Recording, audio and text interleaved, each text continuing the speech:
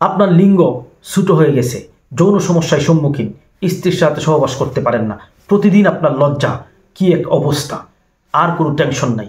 পুরা ভিডিওটা আপনি সুন্দরভাবে শুনুন, পুরা ভিডিওটা শুনবেন, ইনশাল্লাহ আপনার যৌন সমস্যা সমাধান হয়ে যাবে আল্লাহ পাকের মেহেরবানিতে।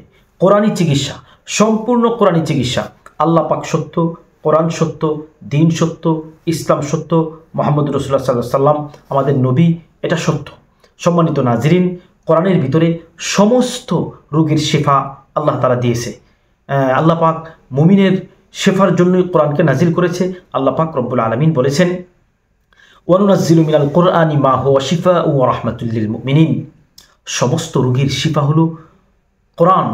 মুমিনের শিফার জন্যই আল্লাহ কোরআনকে নাজিল করেছে। সম্মানিত নাজরিন, অত্যন্ত গুরুত্বপূর্ণ আমল দিচ্ছি, আপনারা আমার চ্যানেলটাকে সাবস্ক্রাইব করে রাখবেন। আমি আমলটা দেওয়ার সাথে সাথে যেন আপনাদের কাছে পৌঁছে যায়।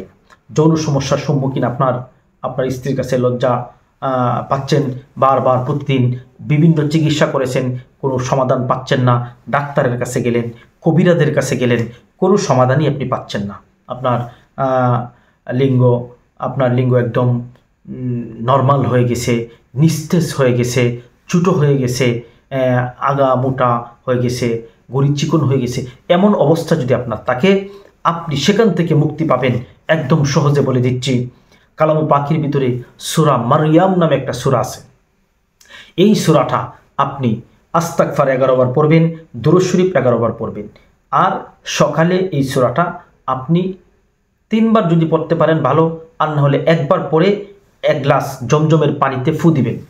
জমজমের পানিতে ফু দেওয়ার পরে কালি পেটে সেই পানিটা আপনি খেয়ে ফেলবেন। ধারাবাহিক 41 দিন আপনি খাবেন, ইনশাআল্লাহ আপনার যৌন সমস্যা সমাধান হয়ে যাবে, আপনার স্বাভাবিক অবস্থান ফিরে আসবে, আপনার স্ত্রী আপনার প্রতি খুশি থাকবে, আপনি নিজেও আনন্দ ভোগ করতে পারবেন। আশা করি আল্লাহ পাকের মেহেরবানিতে আপনারা সুস্থ হয়ে যাবেন। ভিডিওটা যদি ভালো লাগে শেয়ার করে দিন এবং প্লিজ চ্যানেলটাকে সাবস্ক্রাইব করে দিন। আসসালামু আলাইকুম ওয়া রাহমাতুল্লাহ।